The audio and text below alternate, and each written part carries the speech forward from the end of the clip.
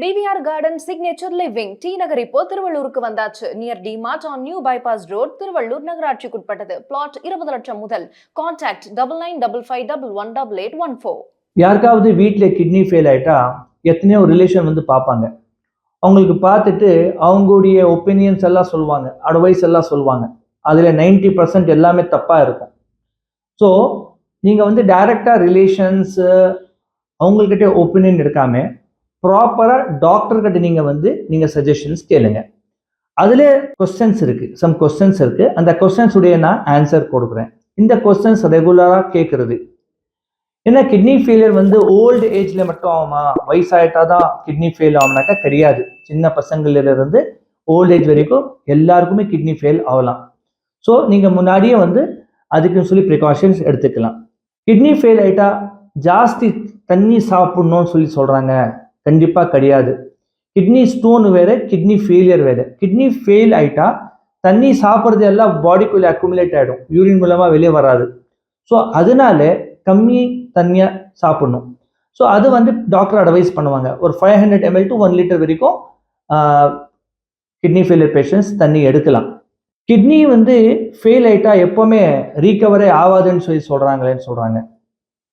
ஏன்னா மோஸ்ட்லி எங்கள்கிட்ட வர்ற பேஷண்ட்ஸ் என்னன்னாக்கா டாக்டர் டயாலிசிஸ் அட்வைஸ் பண்ண பேஷண்ட்ஸும் எங்கள்கிட்ட வராங்க.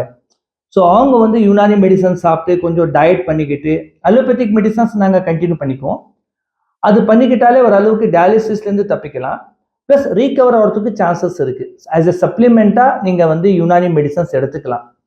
ஆனால் வந்து சம் பேஷண்ட்ஸ்க்கு வந்து ரொம்ப வாந்தி, விக்கல், மூச்சு வாங்குற பிரச்சனைகள் எல்லாம் இருந்தால் கண்டிப்பாக டயாலிசிஸ் செய்கிற மாதிரி இருக்கும்.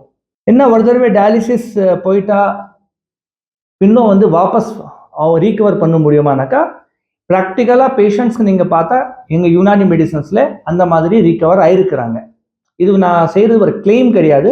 ஆனால் ப்ராக்டிக்கலாக வந்து எத்தனை வருஷமாக நாங்கள் வந்து யுனானி மெடிசன்ஸ் ப்ராக்டிஸ் பண்ணிகிட்டு இருக்கோம். Herbal medicine, safe medicine, side effects இல்லாமல், டென்ஷன் இல்லாமல் பேஷண்ட் மருந்து சாப்பிட்றாங்க. கூட அலோபதிக் மெடிசன்ஸும் நாங்கள் அப்படியே கண்டினியூ பண்ண சொல்கிறோம். அந்த 2 மெடிசன்ஸ் எடுத்துக்கிட்டு கொஞ்சம் பத்தியம் செஞ்சுக்கிட்டு கொஞ்சம் வந்து லைஃப் ஸ்டைல் சேஞ்சஸ் பண்ணிக்கிட்டாலே ஓரளவுக்கு வந்து டயாலிசிஸ் கொஞ்சம் கொஞ்சமாக குறைச்சி ரீகவர் ஆகிறதுக்கு சான்ஸ் இருக்குது. ஆனால் வந்து அது பேஷண்ட் டு பேஷண்ட் டிபெண்ட் ஆகும். அது வந்து நீங்கள் பேஷண்ட்டுடைய ரிப்போர்ட்ஸ் நீங்கள் அனுப்பிச்சு பேஷண்ட் நீங்கள் பார்த்தா தான் நாங்கள் அதுக்கு தனியாக அட்வைஸ் கொடுக்க முடியும். இனிஷியல் ஸ்டேஜில் கிட்னி ஃபெயிலியர் வந்து தெரிஞ்சுமானாக்கா ஆமாம், கண்டிப்பாக வந்து இனிஷியல் ஸ்டேஜில் யாருக்கா வந்து உங்களுக்கு டயபிட்டிஸ் இருக்குது, பிளட் ப்ரெஷர் இருக்குனாக்கா, இல்லை ரொம்ப நாளாக கிட்னி ஸ்டோன் இருக்குனாக்கா நீங்கள் ரெகுலராக செக்அப் பண்ணிக்கலாம். அதில் வந்து யூரின் செக் பண்ணிக்கலாம். அந்த யூரினில் யூரின் ப்ரோட்டீன், அப்புறம் வந்து பிளட் டெஸ்ட்டில் வந்து KFT, கிட்னி ஃபங்க்ஷன் டெஸ்ட், அதில் urea, creatinine, sodium, potassium, haemoglobin இது 5 வந்துடும்.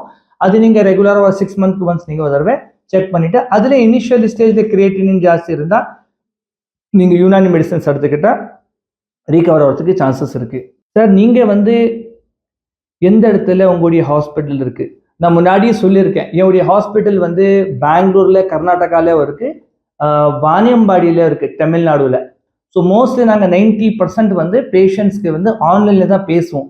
ஏன்னா வந்து டாக்டர் வந்து எல்லாருமே டாக்டருக்கு பார்க்கணும்னு சொல்லி வந்து உக்காந்துட்டு இருந்தால் ரொம்ப வெயிட் பண்ணுற மாதிரி இருக்கும். 2வது பேஷண்ட்ஸ் வந்து அவ்வளோ தூரம் ட்ராவல் பண்ண முடியாது.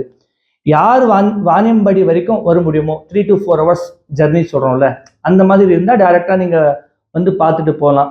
இல்லை டாக்டர் நாங்கள் ரொம்ப தூரம் இருக்கோம் வர முடியலனாக்கா முதல்ல நீங்கள் பேஷண்ட்டுடைய பிளட் டெஸ்ட்டு ப்ளஸ் நாங்கள் பேஷண்ட்டுடைய ஃபோட்டோஸ் கேட்போம்.